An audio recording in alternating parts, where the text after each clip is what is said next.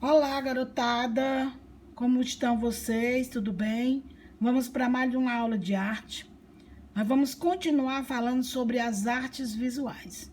Nós vimos no conteúdo passado as obras de arte da artista Sônia Gomes, que elas são criadas com materiais diversos, né? São expostas de jeito diferente. E isso porque, para criar e expor obra de arte, os artistas eles precisam pensar em algum elemento a fim de transmitir suas ideias, de transmitir as suas intenções. Então, hoje nós vamos conhecer e ficar por dentro das artes visuais. Então, a composição de uma obra de arte, ela é a essência da comunicação visual. Por quê? Porque trata-se basicamente das regras para organizar os elementos visuais, as formas, as superfícies, em mensagens que alcancem seus objetivos comunicativos, que agradem, que emocionem. Então, a composição corresponde a uma síntese entre o intelecto e a emoção, entre o princípio da ordem geométrica e o da intuição. Então, por exemplo, nós temos pontos, linhas e texturas. Então, o ponto é um elemento mais simples da linguagem visual. Quando a gente bate com a ponta do lápis num papel, por exemplo, nós estamos fazendo um registro, uma marca, um ponto. Então, esse tipo de registro pode ser feito com materiais diferentes, em suportes diferentes. Outro elemento também que a gente compõe a linguagem visual são as linhas. As linhas elas podem variar de direção, de tamanho, de espessura, de cor, né? Vamos ver alguns exemplos aqui de tipos de linha. Nós temos as linhas retas, nós temos as espirais, nós temos as curvas, nós temos as sinuosas, nós temos as quebradas. As linhas retas, elas podem se apresentar linha reta horizontal, linha reta vertical e linha inclinada. Então, como a gente já viu, o ponto, né, é um elemento simples, é uma marca, né, um ponto, que a gente faz o registro em diferentes materiais e superfícies. Já a linha, né, ela apresenta essa variação de forma, ela pode ser reta e ela pode ser sinuosa e quebrada. Então, a forma, a linha, ela descreve uma forma. Na linguagem das artes visuais, a linha articula a complexidade da forma. Então, existem 3 formas básicas: o quadrado, o círculo e o triângulo equilátero. Então, nessa direção aí, todas as formas básicas, elas expressam 3 direções visuais básicas e significativas. Por exemplo, o quadrado, ele mostra a horizontal e a vertical. O triângulo, a diagonal. E o círculo, a curva.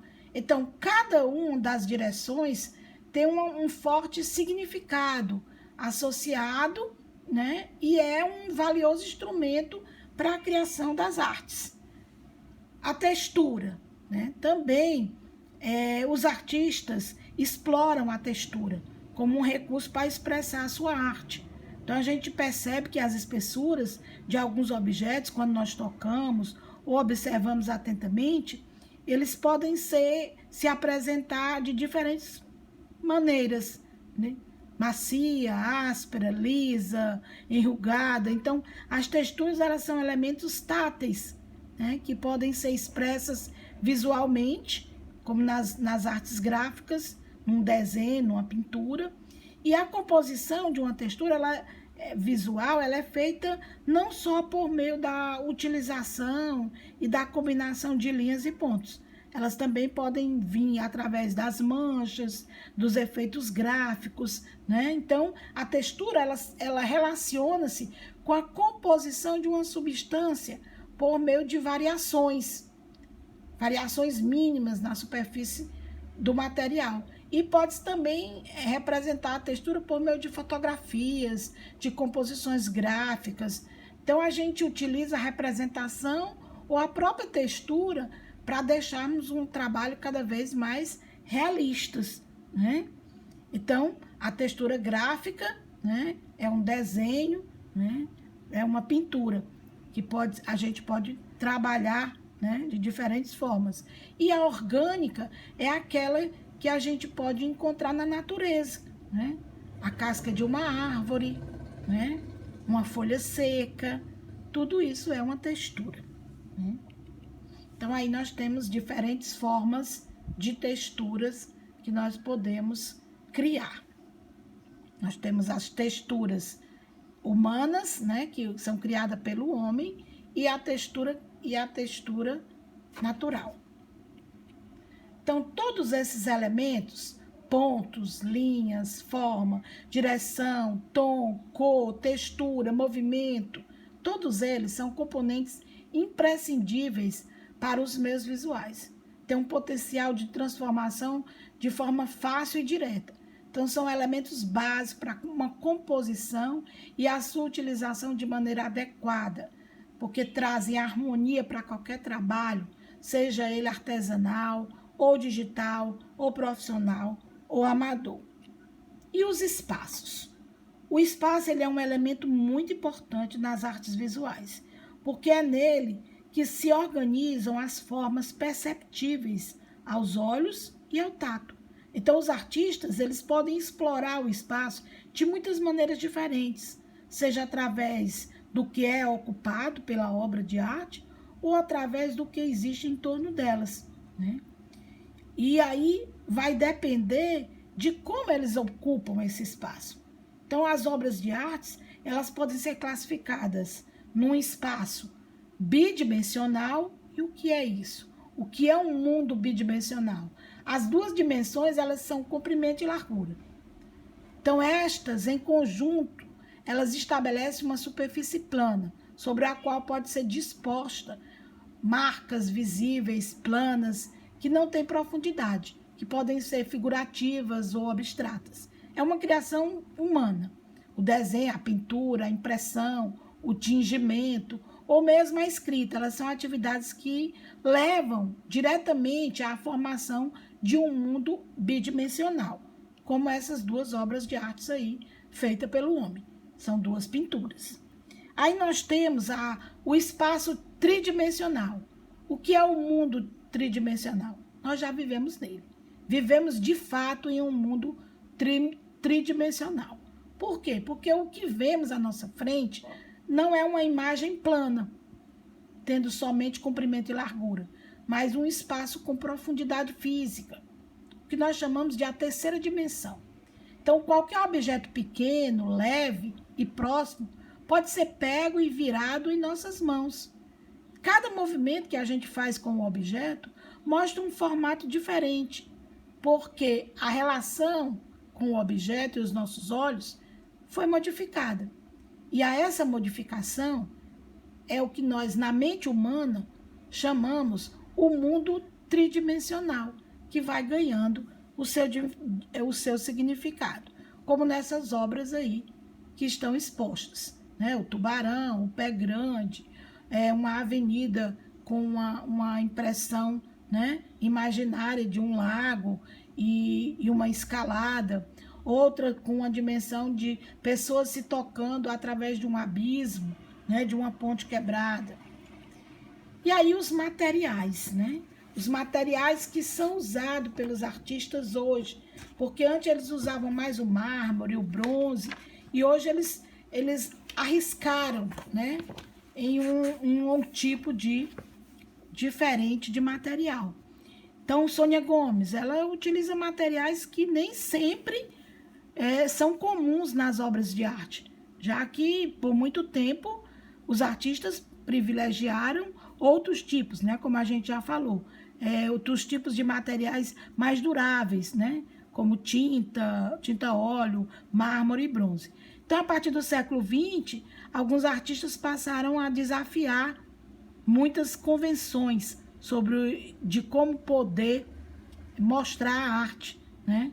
E foi sendo aceito outros tipos de materiais, abrindo espaço para usos de objetos do nosso cotidiano, né, de elementos até então pouco valorizados na produção de obra de arte. E a começar a optar por materiais perecíveis, como tecidos, rendas, bordados, na produção dos trabalhos de Sônia Gomes, né?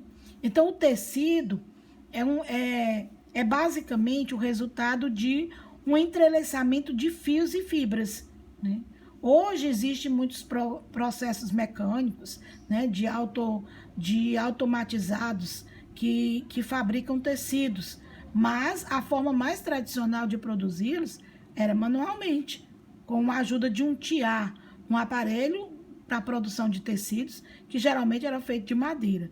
Então, esse trabalho manual é feito por artesãos, que muitas vezes, além de produzir o tecido, eles criavam peças de artesanatos que atualmente podem ser encontrados em alguns comércios locais, em algumas galerias de arte, em alguns museus, né? E em outros espaços de divulgação de arte. Então, para criar a estrutura do tecido, um conjunto de fios do mesmo tamanho era preso, esticado longitudinalmente, né, num tear, formando aí o que nós chamamos de urdidura. Depois, com outro conjunto de fios, chamado de trama, é entrelaçado no sentido transversal da urdidura e em um movimento que dá ordem e dá origem ao tecido, como nós podemos observar na imagem aí. Os fios da urdidura, né, que são colocados longitudinalmente, né, e os que são colocados na trama, que é transversal. Então, vamos ver como era isso. O que é a urdidura? A urdidura é a ação ou o efeito de urdir, de tecer, usando fios entrelaçados. Então, um conjunto de fios do mesmo comprimento, reunidos paralelamente no tear, por entre os quais se faz a trama. E o que é a trama? A trama é um conjunto de fios que os tecelões fazem passar com a lançadeira entre os fios estendidos do urdimento e transversalmente a estes. Então, esse conjunto desses fios já tecidos teia, né, ou teia a trama de um pano, ou seja, faz o pano, o tecido. Então, até a próxima, né? Nosso trabalho, nossa atividade vai ser uma atividade de experimento, certo? Que está na página do livro de vocês, na página 58. Aí nós temos, vamos tecer um papel. Então, aí nós temos todo o passo a passo de como fazer este trabalho. É um trabalho prático, né? Que nós podemos confeccioná-los. E na próxima aula, vocês podem me mostrar para eu colocar na galeria essa obra de arte de vocês. Até a próxima. Bom dia a todos.